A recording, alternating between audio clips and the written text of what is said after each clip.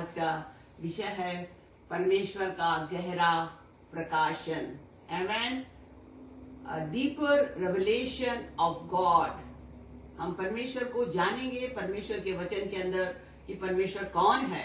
Hallelujah. वो कितना महान है, वो कितना सामर्थी है और कितना अद्भुत है और कितना युक्ति करने हारा पराक्रमी परमेश्वर है। राजाओं का राजा और प्रभुओं का प्रभु है। हालेलुया।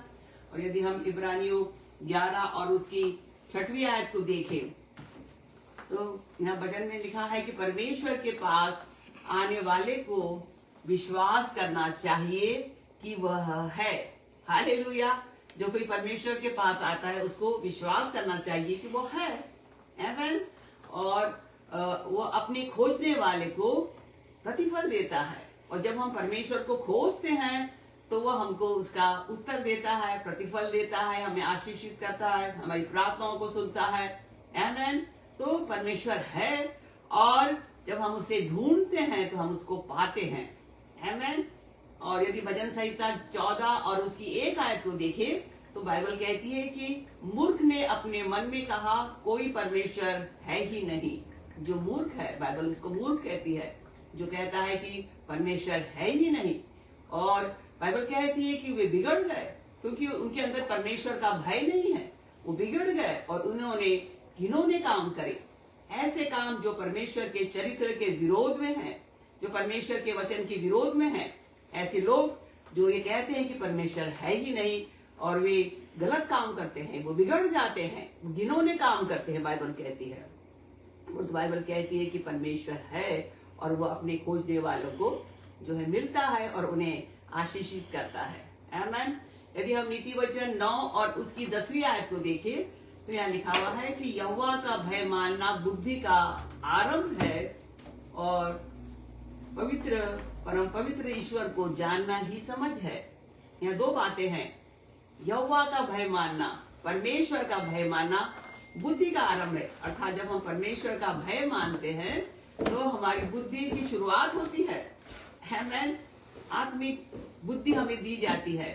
और यदि हम उस परम परमेश्वर को, परम पवित्र ईश्वर को हम जब जानने लगते हैं, आमेन। कहां पर हम जान सकते हैं परमेश्वर को? उसके वचन के अंदर। जब उसे जानने लगते हैं तो हमारे अंदर समझ आती है, अंडरस्टैंडिंग आती है। The fear of the Lord is the beginning of the wisdom and the knowledge of the Holi one is understanding. ये बहुत ही सामर्थ्य वचन है। हर एक पढ़ने वाले विद्यार्थी के लिए महत्वपूर्ण है। यदि आप पढ़ाई कर रहे हैं, आप जो है उस परमेश्वर को का भय मानिए। भय मानना यह नहीं कि परमेश्वर बहुत भयानक है और हमको नाश कर देगा। भय मानना यह है कि परमेश्वर हमको देख रहा है, हम जो कुछ भी कर रहे हैं। जब हम सो रहे हैं परमेश्वर हमको देख रहा है, जब हम घूम रहे हैं परमेश्वर हमको देख रहा है, जब जो भी काम कर रहे हैं परमेश्वर हमको देख रहा है। और जब हम इस बात को जानते हैं कि परमेश्वर हमको देख रहा है तो हम कभी भी गलत काम को नहीं करेंगे। मैं अक्सर अपने स्कूल के बच्चों को समझाती थी कि परमेश्वर का भय मानो, वो आपको देख रहा है, आप जो भी कर रहे हैं। आपके माता पिता नहीं देख रहे हैं, आपके पास पड़ोसी आपको देख नहीं देख, तो परमेश्वर आपको देख रहा है। आमेन। और इस तरह से हम अच्छे काम को हम करने लगेंगे। और बाइबल लिखी जब हम परमेश्वर को जानने लगते हैं, आमेन, तो हमको समझ आ जाती है। समझ, अंडरस्टैंडिंग जो है, बुद्धि के साथ में अंडरस्टैंडिंग जब होती है तो एक जो व्यक्ति है ऊंचाइयों तक वो पहुंचने लगता है। एक जो स्टूडेंट है जो पढ़ाई कर रहा है वो ऊंचे जो है स्थानों पर पहुंचता है, आशीषित होता है। हालेलुया। तो हम परमेश्वर को हम जाने कि वो कौन है। हालेलुया। और वो क्या कर सकता है, और इस चीज को हम उसके वचन के अंदर जान सकते हैं। पूरी पवित्र बाइबल जो है परमेश्वर के वचन से भरी हुई, परमेश्वर के बारे में हमें समझाती है, सिखाती है। आमेन। ये अद्भुत है। और सबसे पहली चीज है जो है परमेश्वर सामर्थ्य है। आमेन। और बाइबल कहती है कि तुम परमेश्वर को किसके समान बताओगे? वो तो एक सामर्थ्य परमेश्वर है। यशायाह 40 और उसकी 18वीं आयत कहती है कि तुम परमेश्वर को किसके समान बताओगे और उसकी उपमा किससे दोगे? परमेश्वर किसके समान है और उसकी तुलना जो है हम किससे कर सकते हैं? और यहाँ पर प्रश्न लिखा हुआ, मूरत कारीगर ढालता है। यदि हम कहते परमेश्वर मूरत है तो एक कारीगर उसको बनाता है। एक जो सोनार है उसको सोने से मढ़ता है, और यदि किसी के पास में धन संपत्ति नहीं है, गरीब है, तो वो लकड़ी का उपयोग करता है। और 22वीं आयत कहती है कि परमेश्वर वह है जो पृथ्वी के घेरे के ऊपर है। परमेश्वर जो है, जो पूरी पृथ्वी है, जो पूरा ब्रह्मांड है, वो उसके ऊपर है परमेश्वर। और यहाँ पर लिखा हुआ आकाश मंडल पर विराजमान है।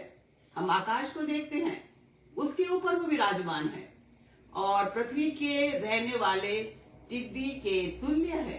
कितना अद्भुत वचन। हम एक टिड्डी के समान है। हमारा परमेश्वर इतना महान है, इतना सामर्थ्य है। आमेन। वो जो इतना बड़ा है, इतना विस्तृत है। आमेन। और उसके सामने हम एक टिड्डी के समान, टिड्डी एक छोटी सी चीज रहती है, एक छोटी सा जंतु रहता है, वो कितना छोटा होता है, हम उसके समान उसके सामने। और यहाँ लिखा हुआ जो आकाश को मलमल के समान फैलाता है। कितना अद्भुत है। अगर हम आकाश को देखते हैं, मान लो एक मलमल को फैला दिया गया है और ऐसा तान देता है जैसा रहने के लिए एक तंबू ताना जाता है। आकाश जो है तंबू के समान हमें जो है ताना हुआ दिखाई देता है। उसमें कोई पिलर नहीं है। जब हम एक तंबू को तैयार करते हैं तो उसमें पिलर्स होते हैं, परंतु परमेश्वर ने जो है आकाश को बनाया है बिना तंबू, बिना किसी सहायता से, बिना किसी सहारे के, बिना किसी पिलर के उसको बनाया है। आमेन। और आगे लिखा हुआ है कि जो बड़े बड़े हाकिमों को तुच्छ कर देता है और पृथ्वी के अधिकारियों को शून्य के समान कर देता है। बड़े बड़े हाकिम और बड़े बड़े अधिकारी जो इस संसार के अंदर है, जिनसे हम डरते हैं, भयभीत होते हैं और हम उनका फेवर लेना चाहते हैं, परंतु तो बाइबल कहती है कि वे जो हाकिम है, वो जो अधिकारी है, वो परमेश्वर के सामने जीरो है, शून्य है। इस बात को हम जाने, हम कभी भी भयभीत ना हो। यदि हम एक अच्छा काम करते हैं, हम ईमानदार हैं, हमें डरने की जरूरत नहीं है। हमें डरना है, हमें भयभीत होना है तो केवल परमेश्वर से, क्योंकि उसको हमें अपना लेखा देना है। आमेन। और बाइबल आगे कहती है इसलिए तुम मुझे किसके समान बताओगे। यहाँ पर प्रश्न है, हम परमेश्वर को किसके समान बताएंगे। परमेश्वर हमसे प्रश्न पूछ रहा है कि मैं उसके तुल्य ठहरूं। परमेश्वर कह रहा है कि मैं किसके तुल्य ठहरूं। तुम मुझे क्या समझते हो? क्या तुम मेरी तुलना किससे करते हो? आमेन। और 26वीं आयत कहती है कि अपनी आंखें ऊपर उठाकर देखो। हम अपनी दृष्टि ऊपर उठाए और देखे। बाइबल कहती है, परमेश्वर हमसे कहता है देखो, ऊपर दृष्टि उठा करके देखो किसने इनको सिरजा है। हालेलुया। वह इन गणों को गिन गिन कर निकालता है और उन सबको नाम लेकर बुलाता है। आमेन। किसने इन सूरज और चांद और सितारों को, ग्रहों को बनाया है? किसने बनाया उसको? आमेन। अपनी दृष्टि को ऊपर करके देखे। परमेश्वर हमसे प्रश्न कर रहा है और वो कहता है कि मैं तो इनको गिनता हूं, मैंने इनको सिरजा है, मैंने उनको बनाया है और मैं जो है इनका नाम लेकर के उनको बुलाता हूं। परमेश्वर जो है सूरज, चांद और सितारों का नाम लेकर के, ग्रहों का नाम लेकर के उनको बुलाता है। आमेन। और बाइबल कहती है कि वो ऐसा सामर्थ्य है और अत्यंत बली है कि उसमें से कोई बिना आए नहीं रह सकता। यदि परमेश्वर ने कहा कि सप्तऋषि यहां पर आओ, तो सप्तऋषि को परमेश्वर के सामने आना पड़ेगा, क्योंकि वो उसकी रचना है, वो उसकी बनावट है। हालेलुया। और 28वीं आयत कहती है, क्या तुम नहीं जानते? क्या तुमने नहीं सुना? आमेन। क्या हम परमेश्वर को जानते हैं? क्या हमने परमेश्वर के बारे में सुना है? और यहाँ पे लिखा हुआ यहोवा जो सनातन परमेश्वर है, हमारा परमेश्वर जिसने हमको बनाया, इस सृष्टि को बनाया, वो सनातन परमेश्वर है। हालेलुया। एवरलास्टिंग गॉड है वो, उसे कोई भी खत्म नहीं कर सकता है। वो युगानुयुग तक जीवित परमेश्वर है, वो सनातन परमेश्वर है, एवरलास्टिंग गॉड है वो, और पृथ्वी भर का सृजनहार है। सारी पृथ्वी की को रचने वाला, हम मनुष्य को बनाने वाला, आमेन, जीव जंतुओं को बनाने वाला, जानवरों को बनाने वाला, पेड़ पौधों को बनाने वाला, मछलियों को बनाने वाला, वो परमेश्वर है, वो तो सृजनहार है। और बाइबल कहती है कि वो न थकता है न श्रमित होता है। आमेन। वो थकता नहीं है। हम काम करके थक जाते हैं, पर तुम्हारा परमेश्वर थकता नहीं है, वो श्रमित भी नहीं होता है।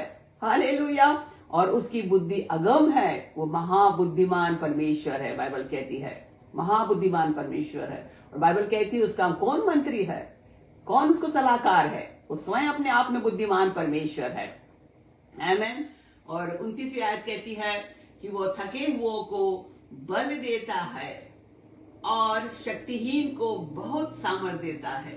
थके हुओं को, मैं आपसे कहूंगी कि आप थक गए हैं संसार के अंदर, आप अपने जीवन के अंदर कमजोरी को महसूस करते हैं, आप परमेश्वर के पास आइए, उससे प्रार्थना करिए, आपको सामर्थ देगा, आपको बल देगा। यदि आप शक्तिहीन हैं, आमीन, और तो वो हमको सामर्थ्य बना देता है। हालेलुया। और 30वीं आयत कहती है कि तरुण तो थकते हैं और श्रमित हो जाते हैं और जवान ठोकर खाकर गिर जाते हैं। आमीन। जो तरुण है, आमीन, जो यूथ है, जो जवान है, वो भी थक जाता है। आमीन। और जवान भी ठोकर खा के गिर जाते हैं। परंतु बाइबल कहती है 31वीं आयत के अंदर, परंतु जो यहोवा की बाट जोते हैं, जो परमेश्वर की बाट जोते हैं, जो परमेश्वर पर आशा रखते हैं, आमीन, वो नया बल प्राप्त करेंगे। यदि आप परमेश्वर के ऊपर आशा रखते हैं, परमेश्वर के ऊपर विश्वास करते हैं कि वो है और अपने खोजने वाले को प्रतिफल देता है, तो बाइबल कहती है कि वो नया बल प्राप्त करेंगे। आमीन। Hallelujah. They will renew their strength. आप थक जाएंगे, फिर परमेश्वर आपको सामर्थ देगा, बार बार आपको सामर्थ देगा। आप उसके पास आइए, उससे उस सामर्थ को आप प्राप्त करिए, उस अभिषेक को प्राप्त करिए, उस ताजगी को प्राप्त करिए। आमीन। और बाइबल कहती है वे उकाब के समान उड़ेंगे। आप उकाब के बारे में जानते हैं, वो कितनी ऊंचाइयों तक उड़ता है। हालेलुया। वो उकाब के समान उड़ेंगे, वे दौड़ेंगे और श्रमित ना होंगे। हालेलुया। आमीन। वे चलेंगे और थकित ना होंगे। आमीन। यदि हम परमेश्वर के ऊपर विश्वास रखते हैं, यदि हम परमेश्वर के ऊपर आशा रखते हैं, यदि हम बाइबल के परमेश्वर की ओर दृष्टि करते हैं, उस पर विश्वास करते हैं, तो बाइबल कहती है कि वह उकाब के समान क्या है, उड़ेंगे, ऊपर ऊंचाइयों तक जाएंगे। हालेलुया। और हम दौड़ लगाएंगे और हम थकेंगे नहीं, चलेंगे। हालेलुया। और हमारी जो शक्ति है वो कम नहीं होगी। ये परमेश्वर का वचन है। यदि हम अपने परमेश्वर पर आशा रखते हैं, यदि हम परमेश्वर के ऊपर विश्वास करते हैं, हालेलुया। और यदि हम भजन संहिता 103 और उसकी 5वीं आयत को देखें, यहाँ लिखा हुआ है कि वही तो तेरी लालसा को उत्तम पदार्थों से तृप्त करता है। परमेश्वर हमारी लालसाओं को जानता है। आप इस बात को जानते हैं, यदि आप परमेश्वर से प्रेम रखते हैं, परमेश्वर तो आपसे प्रेम रखता है, पर यदि आप परमेश्वर से प्रेम रखते हैं, वो हमारी लालसाओं को जानता है और वो उसको पूरा करता है। आमीन। जब हम परमेश्वर के मार्गों पे चलते हैं, आमीन, पवित्रता का जीवन को जीते हैं, हमें चिंता करने की जरूरत नहीं, क्योंकि अपने आप परमेश्वर हमारी हर एक लालसाओं को पूरा करता चला जाता है। और लिखा हुआ है जिससे तेरी जवानी उकाब के समान नहीं हो जाती। यहाँ फिर से उकाब का नाम दिया गया है। उकाब के समान जो है हमारी जो जवानी है वो उसको रिन्यू करता है। हालेलुया। और जो उकाब पक्षी के बारे में कहा जाता है कि जब वो बूढ़ा हो जाता है तो वो एक दरार में जाकर के, अपने घोंसले में जाकर के अपने सारे पंखों को निकालता है अपने चोंच से, और पूरा गंजा हो जाता है, और फिर से उसके अंदर जो नए पर आते हैं वो फिर से जवान हो जाता है। हालेलुया। आमीन। और जो है उकाब जो पक्षी है, जो ऊंची उड़ान को जो है उड़ता है वो, आमीन, और उसके बच्चे भी ऊंचान पर वो जो है पैदा होते हैं। हालेलुया। और वो बच्चों को भी जो है वो सिखाता है, उड़ना सिखाता है। तो बाइबल हमसे कहती है कि यदि हम अपने परमेश्वर पर भरोसा रखते हैं, अपने परमेश्वर पर विश्वास करते हैं, तो बाइबल कहते हैं हम उकाब के समान उड़ेंगे। हालेलुया। हम कभी थकेंगे नहीं, हम श्रमित नहीं होंगे, क्योंकि जो परमेश्वर है वह हमको आशीषित करता है और हमें रिन्यू करता है, हमें जवान बनाता है, और हम सदा रिफ्रेश रहते हैं, और उसके अनुग्रह, उसके फेवर को हम प्राप्त करते चले जाते हैं। आमीन। और जो दूसरी बात है वो परमेश्वर जो है प्रेम है। गॉड इज लव, बाइबल कहती है।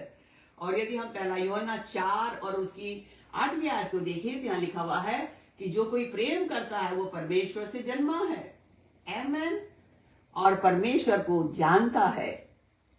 यदि हम जो है प्रेम रखते हैं, तो बाइबल कहती है हम परमेश्वर से जन्मे हैं और परमेश्वर को हम जानते हैं।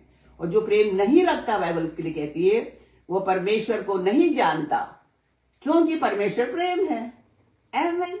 यदि हम प्रेम नहीं रख रहे हैं तो हम परमेश्वर को नहीं जानते, क्योंकि परमेश्वर प्रेम है, बाइबल कहती है। और जो प्रेम परमेश्वर हमसे रखता है वो इससे प्रकट हुआ। हालेलुया। अब परमेश्वर ने अपने प्रेम को कैसे प्रकट करा इस संसार के सामने? यह लिखा हुआ है, परमेश्वर ने अपने इकलौते पुत्र को जगत में भेजा कि हम उसके द्वारा जीवन पाए। आमीन। इस संसार के अंदर हम जीवन रहित थे, हम मृत्यु के वश में थे, हम शैतान के वश में थे।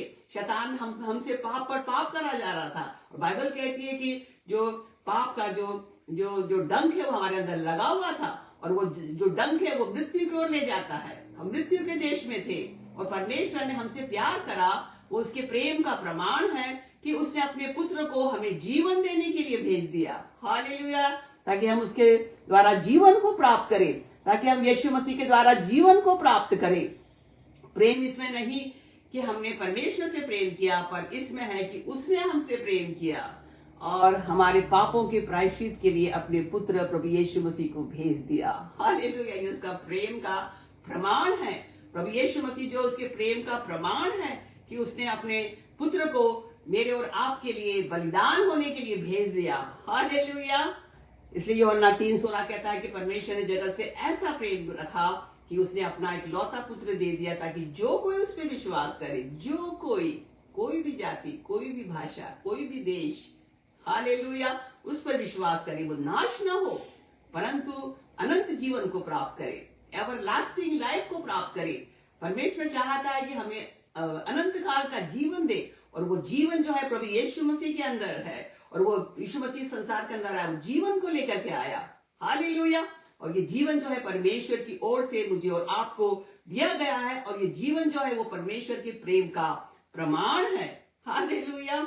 और यदि हम विलाप गीत 3 और उसकी 22वीं आयत को देखें तो परमेश्वर के वचन में लिखा हुआ है कि हम मिट नहीं गए, यह यहोवा की महाकरुणा का फल है। हम मिट जाते पाप के अंदर, हम नरक में डाल दिए जाते, हम नाश हो जाते, परंतु जो परमेश्वर ने हम पर करुणा करी, और क्योंकि उसकी दया अमर है, बाइबल कहती है परमेश्वर की दया अमर है, कभी नहीं मरती है, वो सदा वो हम पर दया करता है। वो दयालु और अनुग्रहकारी और विलंब से कोप करने वाला अति करुणामय परमेश्वर है। और बाइबल कहती है कि उसकी दया अमर है और प्रति भोर वो नई होती चली जाती है। हालेलुया। और तेरी सच्चाई महान है। हालेलुया। हमारा परमेश्वर जो है दयालु और अनुग्रहकारी है। आमेन। वो हमसे प्यार करता है और वो नहीं चाहता कि हम नाश हो जाएं, परंतु हमें जीवन पर जीवन देना चाहता है। और यूहन्ना 1 और उसकी 16 आयत कहती है कि क्योंकि उसकी परिपूर्णता से हम सब ने प्राप्त किया, अनुग्रह पर अनुग्रह प्राप्त करा। हालेलुया। अनुग्रह पर अनुग्रह प्राप्त करा। अनुग्रह क्या है? फेवर को प्राप्त करा। हालेलुया। हमने कुछ भी नहीं किया था, परंतु परमेश्वर ने हम पर दया करी। आमेन। और 17वीं आयत कहती है, इसलिए कि व्यवस्था तो मूसा के द्वारा दी गई, परंतु अनुग्रह और सच्चाई यीशु मसीह के द्वारा दिया गया है। मूसा जो है नियम और कानून को लेकर के आया था, व्यवस्था को लेकर के आया था, परंतु यीशु मसीह जो है अनुग्रह को लेकर के आया। उसने हम पर, परमेश्वर ने हम पर अनुग्रह करा यीशु मसीह के द्वारा, हमारे पापों को क्षमा करा। वो बार बार हमारे पापों को क्षमा करता है, अनुग्रह पर अनुग्रह। हालेलुया। हमने कितने पाप किए थे, एक क्षण में यीशु के लहू के द्वारा जो है क्षमा कर दिए गए, माफ कर दिए गए। हालेलुया। एक अनुग्रह, 2 अनुग्रह, अनुग्रह पर अनुग्रह हमने यीशु मसीह के द्वारा प्राप्त कर गए। परमेश्वर की प्रेम का प्रमाण है कि वो हमसे प्यार करता है। और 18वीं आयत कहती है कि परमेश्वर को किसी ने कभी नहीं देखा, इकलौता पुत्र जो पिता की गोद में है उसी ने उसको प्रकट करा है। परमेश्वर ने किसी को नहीं देखा। यीशु मसीह ने जो परमेश्वर की गोद के अंदर, यीशु मसीह जो है परमेश्वर का हृदय है। हालेलुया। उसने परमेश्वर के प्रेम को प्रकट करा।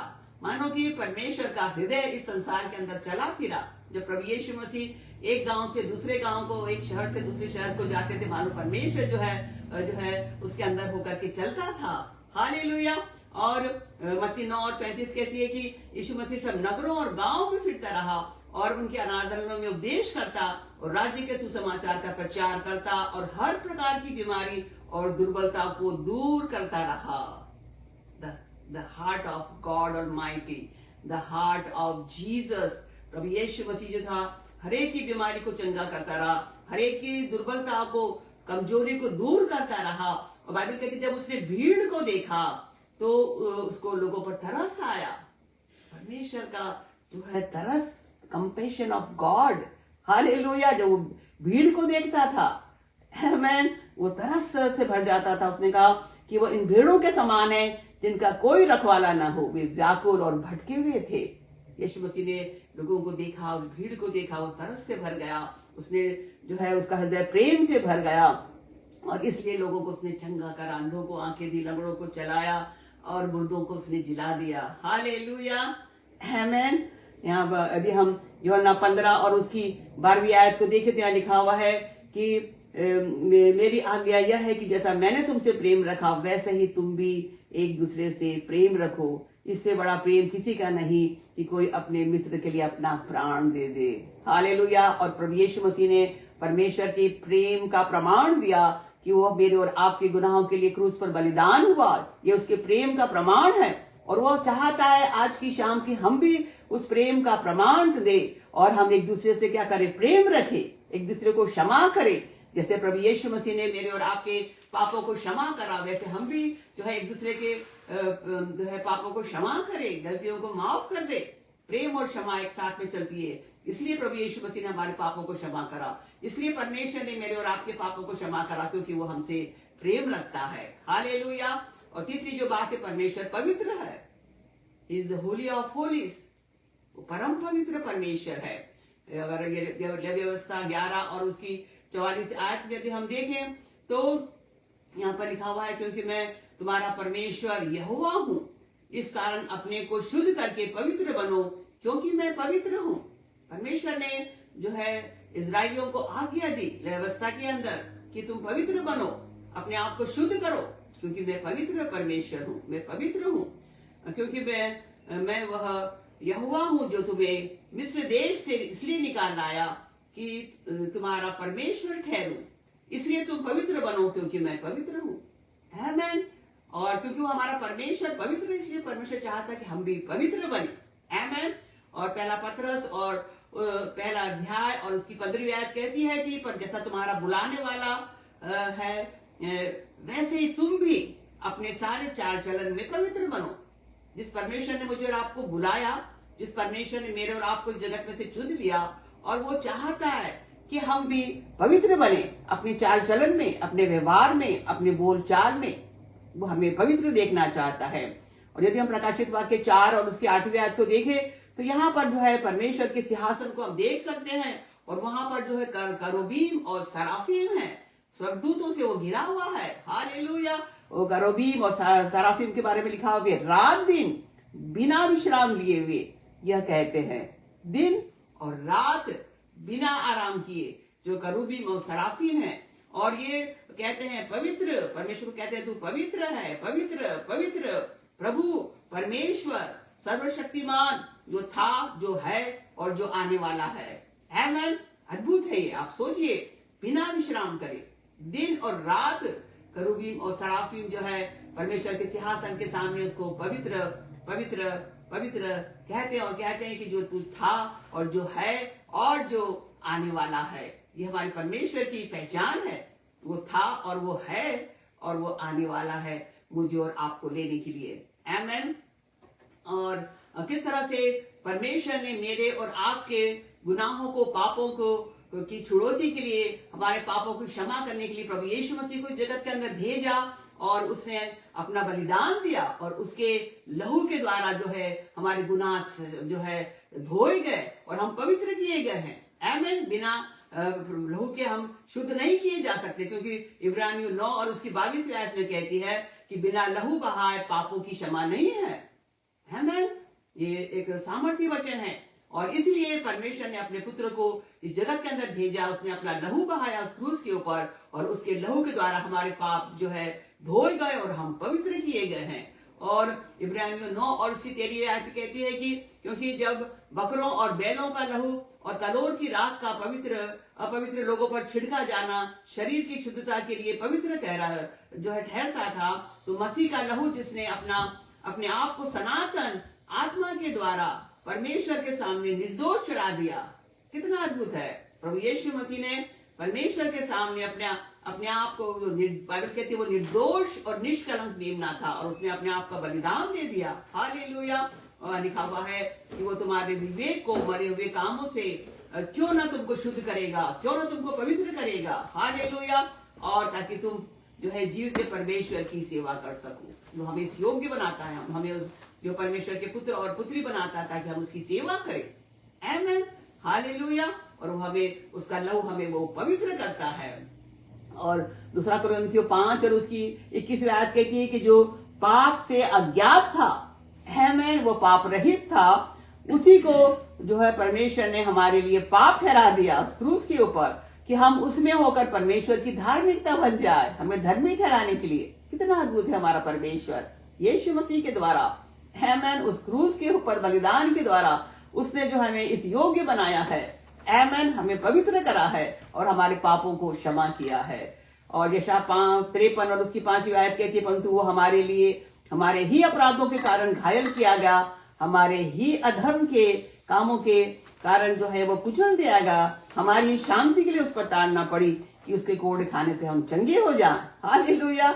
हम तो सबके सब भेड़ों के समान भटक गए थे और हम सब ने अपना अपना मार्ग लिया और यहोवा ने हम सबों के जो है पापों का बोझ यीशु मसीह के ऊपर डाल दिया। कितना अद्भुत है। पाप हमने किया था, परंतु जो है प्रभु यीशु मसीह ने मेरे और आपके गुनाहों को उठा करके उस क्रूस पर बलिदान होने के द्वारा हमारे पापों को क्षमा करा और हमें पवित्र कर दिया अपने लहू के द्वारा। हालेलुया। और 10वीं आयत कहती है कि प्रभु यीशु मसीह का जो प्राण है, वो जो है उसका जो लहू है वो हमारे दोष बलि है। आमीन। हमारे दोषों की बलि है। हालेलुया। जब हमने पाप किया है तो हम परमेश्वर को उसके सामने क्या जाके दे सकते हैं? आमीन। हम केवल उसके लहू को लेके जा सकते हैं। उसके लहू के द्वारा हम शुद्ध हो सकते हैं और पवित्र किए जाते हैं, क्योंकि उसने अपना प्राण, अपना लहू मृत्यु के लिए उड़ेल दिया। आमीन। और वो आज भी प्रभु यीशु मसीह अपराधियों के लिए जो है विनती करता है। हालेलुया। वो अपराधियों के संग गिना गया। आमीन। और जो सजा डाकुओं को मिलनी थी उसने उन सजा को सहा है। जो सबसे हाईएस्ट लेवल की सजा जो है प्रभु यीशु मसीह ने उस क्रूस के ऊपर सही है, उन 2 डाकुओं के साथ में। आमीन। हालेलुया। अपराधियों के संग गिना गया। हालेलुया। मेरे और आपके लिए, मेरे अपराधों के कारण वो अपराधी ठहरा था। आमीन। और उसने बहुतों के पापों का बोझ उठा लिया और अपराधियों के लिए आज भी वो विनती करता है, हमारे लिए विनती करता है। हालेलुया। परमेश्वर से कहता है, पिता इन्हें क्षमा कर दे क्योंकि ये नहीं जानते कि ये क्या कर रहे हैं। हालेलुया। आमीन। और पहला यूहन्ना 1 और उसकी 7वीं आयत कहती है कि और उसके पुत्र यीशु का लहू हमें सब पापों से शुद्ध करता है। 1-2 नहीं, सारे पापों से हमें शुद्ध करता है। यदि हम कहें कि हम में कुछ भी पाप नहीं तो हम अपने आप को धोखा देते हैं। बहुत से लोग अपने आप को धोखा देते हैं, हमने पाप नहीं करा है। हालेलुया। वो कहते हैं हमने नहीं करा है पाप। और या बाइबल की यदि हम अपने पापों को मान ले तो हमारे पापों को क्षमा करने और सब अधर्म से हमें शुद्ध करने में विश्वास योग्य और धर्मी है। यदि हम अपने पापों को मान ले, हम मानते नहीं है और क्षमा भी नहीं मानते। सबसे पहला स्टेप है मानना है और फिर हमें पश्चाताप करना है और क्षमा मांगना है। आमीन। जब मैं अपने स्कूल के अंदर थी और बच्चे लोग गलत काम करते थे, वो मना कर देते थे कि मैं उनसे पूछती थी तुमने ये काम किया? बोलते नहीं करा मैडम, हमने नहीं करा। हमने कहा तुमने करा है? बोलते नहीं करा है। फिर मैं उनसे कहती थी आप यहाँ पर खड़े हो जाइए और अपने बारे में सोचिए आपने क्या करा। यदि आप अपनी गलती को मानेंगे तो मैं माफ कर दूंगी और यदि नहीं मानोगे तो मैं आपके पेरेंट्स बुला करके और आपको घर भेज दूंगी। और मैं फिर उनको छोड़ देती थी उनके हाथ पर और वे सोचते रहते थे। फिर थोड़ी देर के बाद वो कहते थे कि हाँ मैडम हमने गलती करी है। मैं कहती थी चलो ठीक है, अब फिर से गलती मत करना, और मैं उनको छोड़ देती थी। तो हमारा परमेश्वर भी ऐसा ही है। यदि हम अपने पापों को मान ले तो हमारे पापों को क्षमा करने और शुद्ध करने में विश्वास योग्य और धर्मी है। और आज की शाम वो चाहता है यदि हमसे कुछ गलती हुई, हम घबराए नहीं, डरे नहीं, क्योंकि हमारा परमेश्वर क्षमा करता है और वो चाहता है कि हम पवित्र बने क्योंकि वो पवित्र है। हालेलुया।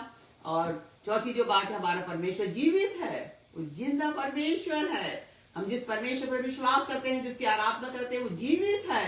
हालेलुया। हम यदि प्रभु यीशु मसीह में विश्वास करते हैं, वो मृतकों में से जी उठा है। हालेलुया।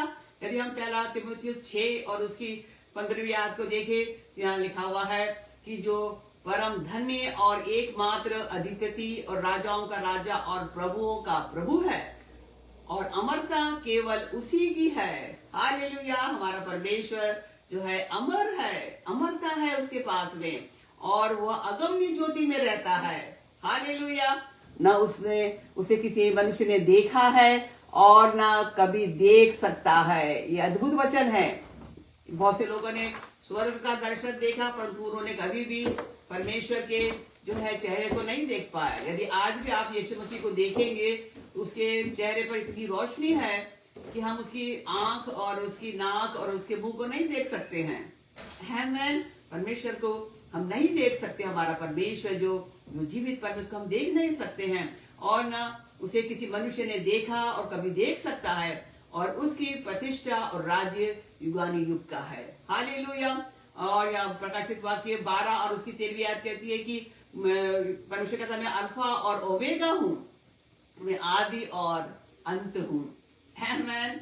हालेलुया। वो आदि और अंत है, और अल्फा और ओमेगा है। और जो परमेश्वर हमारा युगानुयुग तक जीवित है। इब्रानियों 13 और उसकी 8वीं आयत कहती है कि यीशु मसीह कल और आज और युगानुयुग तक एक सा है वो। आमेन। कल भी वो वैसा ही था, आज भी और आने वाले समय भी वो वैसा ही रहेगा। वो जीवित परमेश्वर है। और रोमियो 1 और उसकी 3री आयत कहती है कि वो शरीर के भाव से तो दाऊद के वंश से उत्पन्न हुआ, और पवित्रता की आत्मा के भाव से मरे हुओं में से जी उठने के कारण सामर्थ के साथ परमेश्वर का पुत्र कहलाया, क्योंकि वो मरे हुओं में से जी उठा। हालेलुया। सामर्थ के साथ वो परमेश्वर का पुत्र कहलाया। इस संसार के अंदर लोग आते मर जाते हैं, चले जाते हैं, परंतु एक ही कब्र जो है वो खाली है, और एक ही जो व्यक्ति है जो मर करके जी उठा है और युगानुयुग तक जीवित है, वो प्रभु यीशु मसीह है। हालेलुया। यीशु मसीह ने कहा कि पुनरुत्थान और जीवन मैं ही हूँ। यदि हम यूहन्ना 11 और उसकी 25वीं आयत को देखें, तो यीशु ने उनसे कहा कि पुनरुत्थान और जीवन मैं ही हूँ। जो कोई मुझ पर विश्वास करता है, यदि वो मर भी जाए तो भी जिएगा, और जो कोई जीवित है और मुझ पर विश्वास करता है, वो अनंत काल तक न मरेगा। ये यीशु मसीह के वचन है। वो पुनरुत्थान और जीवन है। यदि आज हम जो है यीशु मसीह पे विश्वास करते हैं, तो हम भी जो है नहीं मरेंगे। हालेलुया। उसने कहा यदि तुम मर भी जाओ तो भी जियोगे, और यदि अब तुम जीवित हो तो कभी भी नहीं मरेंगे। यदि आज रैप्चर होता है तो हम बिना जो है उस शारीरिक मृत्यु को नहीं प्राप्त करेंगे, परंतु हम जीवित ही उठा लिए जाएंगे, हम बदल जाएंगे और बादलों पर उठा लिए जाएंगे। कितना अद्भुत दृश्य होगा वो। हालेलुया। यदि हम यीशु मसीह पर विश्वास करते हैं और परमेश्वर के ऊपर विश्वास करते हैं, हालेलुया, तो हम कभी भी नहीं मरेंगे और हम जीवित रहेंगे। हालेलुया। और यूहन्ना 14 और उसकी 18वीं आयत कहती है कि यीशु मसीह ने कहा कि मैं तुम्हें अनाथ नहीं छोड़ूंगा, और मैं तुम्हारे पास आता हूँ, और थोड़ी देर रह गई कि मैं फिर संसार को मुझे न देखेगा, परंतु तुम मुझे देखोगे, इसलिए कि मैं जीवित हूँ, तुम भी जीवित रहोगे। हालेलुया। आमेन। आज संसार जो है प्रभु यीशु मसीह को नहीं देख सकता है, परंतु यीशु मसीह मेरे और आपके अंदर है। हालेलुया। और हम उसको अपने जीवन के अंदर लेकर के हम एक ऐसे एक अच्छे और आशीषित जीवन को हम जी सकते हैं। हालेलुया। उस मृत्यु और उस सभी बीमारियों, हर एक रोग के ऊपर हम जयवंत हो सकते हैं। हालेलुया। और योग 8 और उसकी 11वीं आयत कहती है कि यदि उसी का आत्मा जिसने यीशु को मरे हुओं में से जिलाया तुम में बसा हुआ है, तो जिसने यीशु को मरे हुओं में से जिलाया, वो तुम्हारी नश्वर देहों को भी अपनी आत्मा के द्वारा जो तुम में बसा हुआ है जिलाएगा। हालेलुया। प्रभु यीशु मसीह जो है पवित्र आत्मा के रूप में हमारे अंदर वास करता है, और हमारे इस नश्वर शरीर को, जो कि एक दिन मृत्यु को प्राप्त करेगा, जो नाशवान है, परंतु उस पवित्र आत्मा के द्वारा, प्रभु यीशु मसीह के द्वारा हम जो है जीवन पर जीवन को प्राप्त करते हैं, चंगाई पर चंगाई को प्राप्त करते हैं। हालेलुया। और क्योंकि वो हमारे अंदर बसा हुआ है। यीशु मसीह ने कहा कि मैं जीवित हूँ, तुम भी जीवित रहोगे, और यदि आप यीशु मसीह पर विश्वास करते हो तो आप भी जीवित रहोगे, क्योंकि हमारा परमेश्वर जो है जीवित है। हालेलुया। और प्रकाशित वाक्य 1 और उसकी 17वीं आयत कहती है, और जब यूहन्ना ने प्रभु यीशु मसीह को का दर्शन देखा, हालेलुया, उस पतमोस टापू के अंदर, और प्रभु यीशु मसीह ने जब उसने यीशु मसीह को देखा तो उसके पांव के ऊपर जाकर के मुर्दा सा गिर पड़ा, और वो कहता है कि जब मैंने उसे देखा तो उसके पैरों पर मुर्दा सा गिर पड़ा, और उसने मुझ पर अपना दाहिना हाथ रखकर कहा, मत डर, मैं प्रथम और अंतिम और जीवता हूँ। हालेलुया। मैं मर गया था और अब देख मैं युगानुयुग तक जीवित हूँ। हालेलुया। और मृत्यु और अधोलोक की कुंजियां मेरे ही पास में है। ये जो है दर्शन यूहन्ना ने देखा, प्रभु यीशु मसीह को देखा, उस परमेश्वर के सिंहासन के ऊपर उसे बैठे हुए देखा। आमेन। और यीशु मसीह ने कहा कि मैं तुम्हारे गुनाहों के लिए, तुम्हारे पापों के लिए तो मरा मैं उस क्रूस के ऊपर, ताकि तुम्हारे पाप क्षमा हुए, परंतु अब मैं युगानुयुग तक जी उठा हूं और मैं जीवित हूं। हालेलुया। प्रभु यीशु मसीह जो है मृतकों में से जी उठा है और मृत्यु और अधोलोक की कुंजियां उसके पास में। तो हमारा परमेश्वर जो है जीवित परमेश्वर है, और उसने इस बात का प्रमाण हमें, मुझे और आपको यीशु मसीह के द्वारा दिया है। सारा संसार जानता है कि केवल एक ही कब्र खाली है और एक ही व्यक्ति जो जी उठा है मृतकों में से, वो प्रभु यीशु मसीह है, जो स्वयं परमेश्वर का पुत्र है और जो स्वयं परमेश्वर है। हालेलुया। और यदि आप उस पर विश्वास करते हैं तो आप भी जो है युगानुयुग तक जीवित रहेंगे। आमेन। हालेलुया। और सब पांचवी और अंतिम बात जो है, हमारा परमेश्वर जो है न्यायी है। आमेन। हालेलुया। और हम देखते हैं निर्गमन 1:34 में हम देखते हैं प्रभु परमेश्वर यहोवा ने मूसा को जो है दर्शन दिया, और उस सिनाई पर्वत के ऊपर परमेश्वर जो है मूसा से ऐसे बात करता था मानो एक व्यक्ति दूसरे व्यक्ति से बात करता है। वो आमने सामने बातें करता था। और जब परमेश्वर ने उसे जो तख्तियां दी थी मूसा को, और उस जो पत्थर पर लिखी हुई जो तख्तियां थी, और परमेश्वर ने उसमें आज्ञाएं लिखी थी इस्राएलियों को मानने के लिए। और बाइबल कहती है कि जब यहोवा बादल में उतरकर उसके संग वहां खड़े होकर उसने यहोवा के नाम का प्रचार करा, और यहोवा ने उसके सामने होकर प्रचार करता गया कि यहोवा यहोवा यहोवा ईश्वर, दयालु, अनुग्रहकारी, कोप करने में धीरजवंत और करुणामय और सत्य। ये प्रभु जो है परमेश्वर ने जो है मूसा के सामने प्रचार करा कि वो दयालु है। आमेन। वो अनुग्रहकारी है और वो कोप करने में धीरजवंत है। हम जो है क्रोध करने में बहुत जल्दबाजी करते हैं। हम तुरंत जो है, हमारा बच्चा यदि गलत काम करता है तो हम तुरंत अपने हाथ को उठा के उस पर एक थप्पड़ मार देते हैं। हम गुस्सा हो जाते हैं लोगों पर, हम चिल्लाने लगते हैं। परंतु बाइबल कहती है हमारा परमेश्वर जो है दयालु है, अनुग्रहकारी है और विलंब से कोप करने वाला है और अति करुणामय और सत्य है। आमेन। और परंतु 7वीं आयत कहती है कि वो 1000 पीढ़ियों तक निरंतर करुणा करने वाला, अधर्म और अपराध और पाप को क्षमा करने वाला है। आमेन। हजारों पीढ़ियों तक वो हमारे पापों को क्षमा करता जब हम उसे क्षमा मांगते हैं।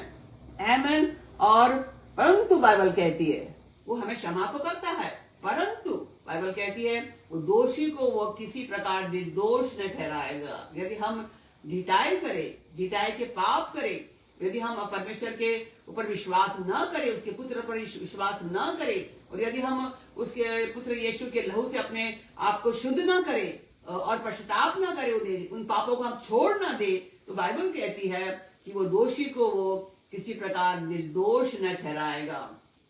वह पितरों के अधर्म का दंड उसके बेटों, वरन पोतों और परपोतों को भी दे देता है।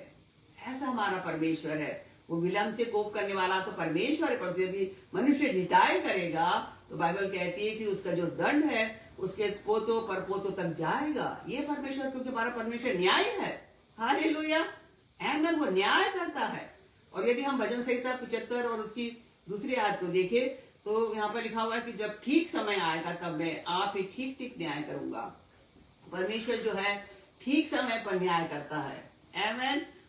और बहुत बार लोग सोचते हैं कि परमेश्वर न्याय नहीं करता है, परंतु बाइबल कहती है कि परमेश्वर न्यायी है और वो न्याय करता है। और यदि हम यशायाह 66 और उसकी 16वीं आयत को देखें,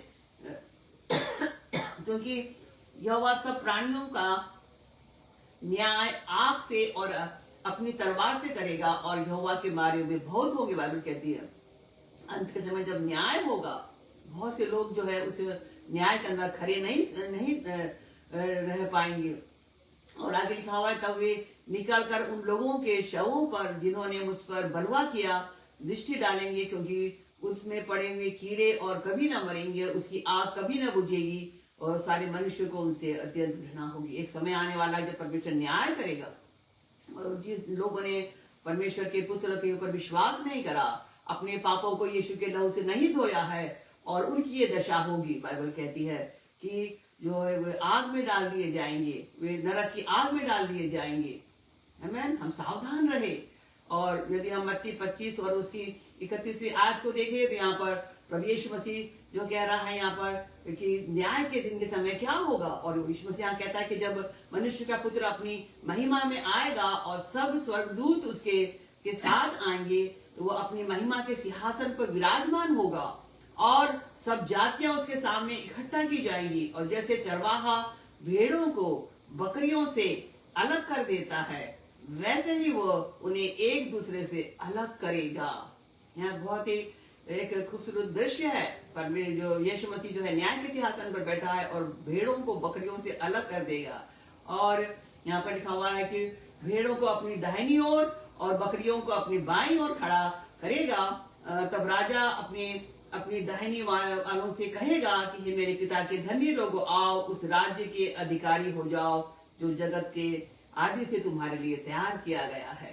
आमीन। यदि हम उन भेड़ों के अंदर पाए जाएंगे जिनने प्रभु यीशु मसीह को फॉलो करा, उसके पीछे हो ली और उस पर विश्वास करा, आमीन, तो बाइबल कहती है यीशु मसीह कहेगा कि तुम उस राज्य के अधिकारी हो जाओ जो कि आदि से तुम्हारे लिए तैयार किया गया है। कितना अद्भुत है कि हम प्रभु यीशु मसीह हमारा चरवाहा बनकर, उसकी भीड़ बनकर के संसार के अंदर जो है उसकी भीड़ बन जाए और उसके दाहिनी ओर पाए जाए।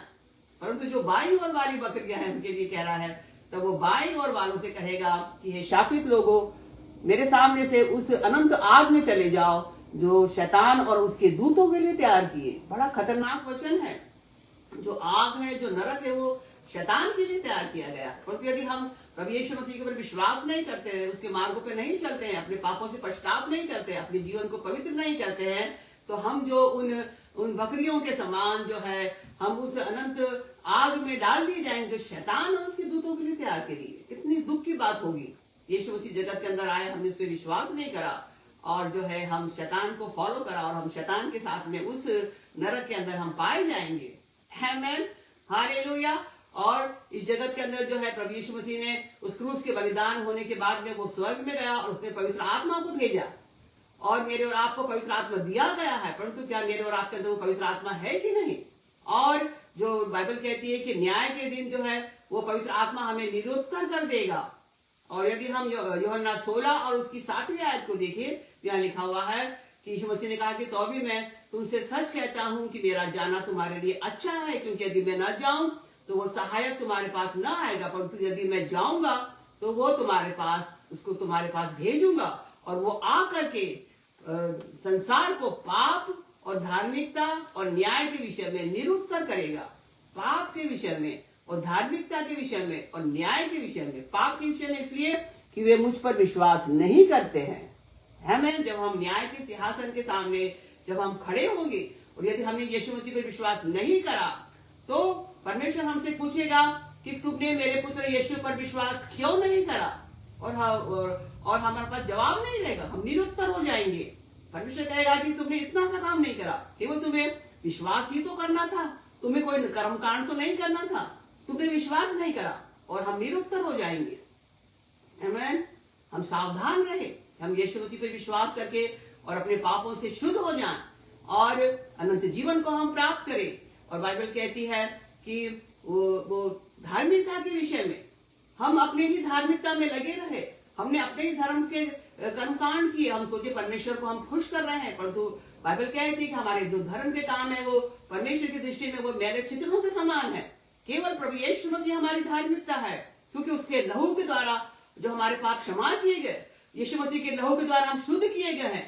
इसलिए जो है जो यदि हमारे पाप क्षमा नहीं हुए हैं तो हम अधर्मी हैं, और यदि हमारे पाप क्षमा हो गए तो हम धर्मी ठहराए गए यीशु मसीह के लहू के कारण से, उसके बलिदान के कारण से। तो जो धार्मिकता संसारिक है वो एक तरफ चली जाएगी, परंतु जो धार्मिकता जो यीशु मसीह के द्वारा मुझे और आपको दी गई है उसको यदि हम उस पर विश्वास करते हैं तो हम धर्मी ठहराए जाएंगे। हालेलुया। तो यीशु मसीह हमारी धार्मिकता है। और तीसरी चीज है वो न्याय के विषय में जो है हमें निरुत्तर करेगा, क्योंकि जो है जो शैतान है वो जो है जो झूठा ठहराया गया है, वो दोषी ठहराया गया है।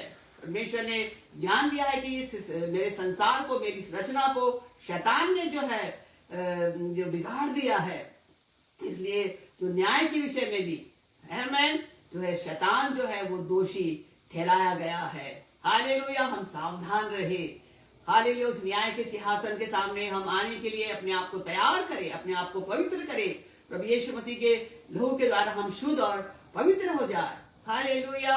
और प्रकाशित वाक्य 4 और उसकी 9वीं आयत कहती है, क्योंकि तूने वध होकर के अपने लहू से, यीशु मसीह के कारण के लिए कहा गया कि यीशु मसीह तूने वध होकर के अपने लहू से हर एक कुल और भाषा और जाति में से परमेश्वर के लोगों को मोल लिया है। कितना अद्भुत है। यीशु मसीह ने अपने लहू से हमें शुद्ध करा है, हमें खरीद लिया है। आमेन। चाहे वो कोई सी भी भाषा का हो, चाहे वो कोई सी भी कुल का हो, चाहे वो कोई सी भी जाति का हो। आमेन। और उन्हें परमेश्वर के लिए एक राज्य और याजक बनाया है। हालेलुया।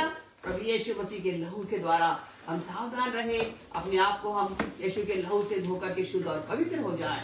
और सबसे अंतिम बात जो है, हम एक बड़े श्वेत सिंहासन को हम परमेश्वर के वचन के अंदर देखते हैं। प्रकाशित वाक्य 20 और उसकी 11वीं आयत पे लिखा हुआ है, फिर मैंने एक बड़ा श्वेत सिंहासन और उसमें जो जिस पर जो बैठा हुआ था उसको देखा, और उसके सामने से पृथ्वी और आकाश भाग गए और उनके लिए जगह नहीं मिली। फिर मैंने छोटे बड़े मरे हुओं को सिंहासन के सामने खड़ा हुआ और पुस्तकें खोली गई, और वहां पे लिखा, फिर एक और पुस्तक खोली गई और जीवन की पुस्तक, और जैसा उन पुस्तकों में लिखा गया था उसके अनुसार उनके जो है मरे हुओं के न्याय किया गया। यहाँ पर हम देखते परमेश्वर का सिंहासन है, पुस्तक है, और वो खोली गई और उन पुस्तकों के द्वारा जो है न्याय किया गया। और यहाँ लिखा हुआ है कि एक और जो है पुस्तक खोली गई। आमेन। और उस पुस्तक का नाम था जीवन की पुस्तक। आमेन। और जिस किसी का जो नाम जीवन की पुस्तक में लिखा हुआ न मिला, वह आग की झील में डाल दिया गया। और आग की झील क्या है? वो दूसरी मृत्यु है। और जो आग की झील है वो शैतान और उसके दूतों के लिए है। तो यहाँ पर हम न्याय के सिंहासन के सामने हम देख रहे हैं कि हर एक व्यक्ति के काम जो है पुस्तकों के अंदर लिखे गए हैं, परंतु उसमें एक और पुस्तक है, वो जीवन की पुस्तक है।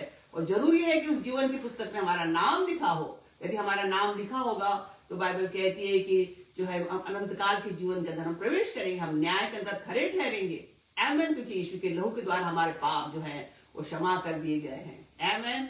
और यीशु मसीह ने कहा लूका 10 और 20 में कि तो अभी इससे आनंदित मत हो कि आत्मा तुम्हारे वश में है, परंतु इससे आनंदित हो कि तुम्हारे नाम जीवन की पुस्तक में लिखे गए हैं। यही हमारे न्याय का आधार है कि ये जीवन की पुस्तक के अंदर हमारे नाम लिख दिए गए हैं। हालेलुया।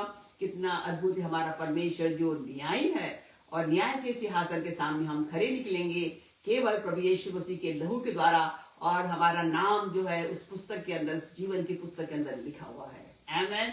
हालेलुया। तो हमारा परमेश्वर जो है वो सामर्थ्य है, हमारा परमेश्वर प्रेमी है, और हमारा परमेश्वर जो है पवित्र है, और हमारा परमेश्वर जीवित है, और हमारा परमेश्वर न्यायी है, और वो आने वाला है। हालेलुया। आइए हम अपने जीवन को जो है चेक करें, अपने जीवन को हम टटोले, कहीं हम भूल में तो नहीं है क्या? हम उस परमेश्वर पर जो इतना सामर्थ्य है, जो इतना पवित्र है, जो न्यायी है, और जो हमसे इतना प्यार करता है, हमने उस पर विश्वास किया है कि नहीं है? आइए हम अपने जीवन को, अपने हृदय को यीशु मसीह के लिए खोल दे और प्रभु यीशु मसीह से कहे कि प्रभु यीशु मसीह तू मेरे जीवन के अंदर आ, अपने लहू से मुझे शुद्ध कर दे, मुझे पवित्र कर दे, मुझे इस योग्य बना दे कि ताकि मैं न्याय के सिंहासन के सामने खड़े होने की योग्य ठहरूं। हालेलुया। ओ रबा शंकर रबा शोदो रुखो रबा शिदियत नमा रमा सुतोरी हंदर रबा शदा रखारी अंदर रबा। हम पश्चाताप करें, हम पश्चाताप करें हर एक गलतियों के लिए, हर एक पापों के लिए। और इस घड़ी जो है पवित्र आत्मा आपको याद दिलाएगा, आपकी गलतियों को स्मरण दिलाएगा, और आप जब उस चीजों को याद करते हैं, उन पापों को जो आप याद करते हैं, तो आप पश्चाताप करिए इसी समय। और प्रभु यीशु मसीह का लहू यहाँ उपलब्ध है आपके हर एक गुनाहों को, हर एक पापों को शुद्ध करने के लिए, क्योंकि बाइबल कहती है कि यीशु का लहू हमें सब पापों से शुद्ध करता है, हमें सब पापों से हमें छुड़ाता है। और आज की शाम जो है वो पवित्रता की शाम है, और प्रभु यीशु मसीह आपको अपने लहू से धोना चाहता है। हम पश्चाताप करें। हालेलुया। ओ रबा शदा रकारिया नमा रमाशोदो रोहोती अतनमा। और जब पश्चाताप कर रहे हैं प्रभु यीशु मसीह के लहू के द्वारा आप धोए जा रहे हैं, आप शुद्ध किए जा रहे हैं। और बाइबल कहती है कि तुम्हारे पाप लाही रंग के क्यों ना हो, वो हिम के समान श्वेत हो जाएंगे, सफेद हो जाएंगे। हालेलुया। और आज की शाम वो आपको शुद्ध कर रहा है और आपको पवित्र कर रहा है। उसको धन्यवाद दीजिए, प्रभु यीशु मसीह के लहू के लिए धन्यवाद दीजिए। Hallelujah, hallelujah. धन्यवाद यीशु मसीह, तेरे लहू के लिए धन्यवाद हो। हालेलुया। आइए हम पवित्र आत्मा को मांग ले। पवित्र आत्मा मेरे जीवन में आ जाए, मेरी सहायता कर। ओ हालेलुया। हमें से पुकार उठे और उस अभिषेक और उस सामर्थ को हम प्राप्त करें जो आज की शाम प्रभु यीशु मसीह आपको देना चाहता है। और वो कहता मांगो तो तुम्हें दिया जाएगा। मांगिए उससे, उस पवित्र आत्मा को मांग लीजिए। Hallelujah, hallelujah, hallelujah. जब आप पवित्र आत्मा को मांग रहे हैं और पवित्र आत्मा बड़ी सामर्थ के साथ में आपके जीवन के अंदर उतर रहा है, receive the fire of God, the fire of the Holi ghost and power in the mighty name of Jesus. उसे ग्रहण करिए, पवित्र आत्मा को ग्रहण करिए, अपने हृदय के अंदर आने दीजिए। हालेलुया। ओ रबा शंदर रबा सोदो रोहोरी अंदर रबा शदा रखारी अंदर नमा शदा रखारी थोराबा शोदोरी अंदर रहा पूरामा शेती अतलहा पूरमो शोथो रोखोरी अंदर। अब आप पवित्र आत्मा से भरपूर किए जा रहे हैं, आप उमड़ने लगे हैं और आप परमेश्वर के पुत्र और पुत्री बन करके और परमेश्वर की महिमा के लिए आप सिरजे गए हैं। हालेलुया। ओ रमा शोदो रोखोराबा रोहो शेती अतराबा। धन्यवाद प्रभु यीशु मसीह, तेरा पवित्र आत्मा तेरा धन्यवाद हो, तुम्हारे बीच में जुम्बिश करा हुआ है। Hallelujah, hallelujah, hallelujah. प्रभु यीशु मसीह आज की शाम हर एक व्यक्ति को जो बीमारी के बिस्तर में है वो आपको चंगा करना चाहता है, क्योंकि हमारा चंगा करने वाला परमेश्वर है। हालेलुया। उसने हमारे दुखों को उठाया है और हमारे रोगों को सहा है और उसने कोड़े खाए हैं ताकि हम चंगे हो जाए। Receive the healing of Jesus now in the mighty name of Jesus. उसकी चंगा करने वाली सामर्थ आप पर आ रही है।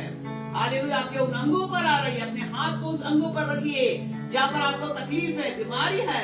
हालेलुया। और प्रभु यीशु मसीह आपको स्पर्श करता है, उसकी सामर्थ आप पर उतरती है और आपके अंग चंगाई को प्राप्त कर रहे हैं। Receive the healing of Jesus now in the mighty name of Jesus. Hallelujah. आपका हार्ट चंगाई को प्राप्त कर रहा है। ओ हर एक वीकनेसेस आपके हार्ट की जा रही है, आपका ब्लड प्रेशर नॉर्मल हो रहा है, आपकी हार्ट बीट्स नॉर्मल हो रही है। Receive the healing of Jesus now in the mighty name of Jesus. हर एक ब्लॉकेज आपके हार्ट से जो है हटाए जा रहे हैं, वो क्लियर होते हैं। यीशु मसीह आपको स्पर्श करता है, आपके लंग्स जो है वो ठीक से सांस ले रहे हैं। हालेलुया। सांस लीजिए यीशु मसीह के नाम से, वो क्लियर किए जाते हैं। Hallelujah, hallelujah, hallelujah. हर एक प्रकार का ब्रोंकाइटिस जो है आपके शरीर से भागता है, यीशु मसीह आपको चंगा करता है। Receive the healing of Jesus now in the mighty name of Jesus. आपका मस्तिष्क चंगाई को प्राप्त कर रहा है। हर एक ब्रेन ट्यूमर जो है वो ढाए जाते हैं। हालेलुया। आप चंगाई को प्राप्त कर रहे हैं। चंगे हो जाइए यीशु मसीह के नाम से। आपके कान जो है चंगाई को प्राप्त करे, आपकी आंखें जो है देख रही है चंगाई को प्राप्त करिए। Receive the healing of Jesus now in the mighty name of Jesus. Her cancer cells जो है वो ढाए जा रहे हैं, हर एक गठाने जो है गायब हो रही है, हर एक ग्रोथ जो है डिसअपीयर हो रहे हैं। Receive the healing of Jesus now in the mighty name of Jesus. Hallelujah. हाथ और पांव के दर्द, घुटनों के दर्द, कमर के दर्द, पीठ के दर्द भागते हैं। यीशु मसीह आपको छूता है। हर एक कमजोर करने वाली आत्मा आपके शरीर को छोड़ती है। Oh, receive the healing of Jesus, the deliverance of Jesus now. हर एक जादू टोने की सामर्थ, अंधकार की शक्ति अब कुचली जाती है। यीशु के लहू और यीशु के नाम से आप छुटकारे को प्राप्त करते हैं। Receive the deliverance of Jesus now in the mighty name of Jesus. Hallelujah. Oh, धन्यवाद प्रभु यीशु मसीह जो कुछ इस पेश पर कर रहा है। Hallelujah. आपके पाचन अंग चंगाई को प्राप्त कर रहे हैं, आपकी बड़ी छोटी चंगाई को प्राप्त कर रही है। Hallelujah. अरे कैंसर उनमें से जो है ढाया जा रहा है। ओ सब आंखें आपकी क्लियर हो रही है, चंगी हो रही है। Receive the healing of Jesus now. यीशु के नाम से चंगाई करो। आपका लीवर चंगाई को प्राप्त कर रहा है। यीशु आपको स्पर्श करता है। हालेलुया। ओ धन्यवाद प्रभु यीशु मसीह तेरा। वो आपकी किडनियां चंगाई को प्राप्त कर रही है। हालेलुया। धन्यवाद दीजिए प्रभु यीशु मसीह को कि उसके कोड़े खाने से आप चंगे हो गए हैं। धन्यवाद हो प्रभु यीशु मसीह तेरा, पवित्र आत्मा तेरा धन्यवाद।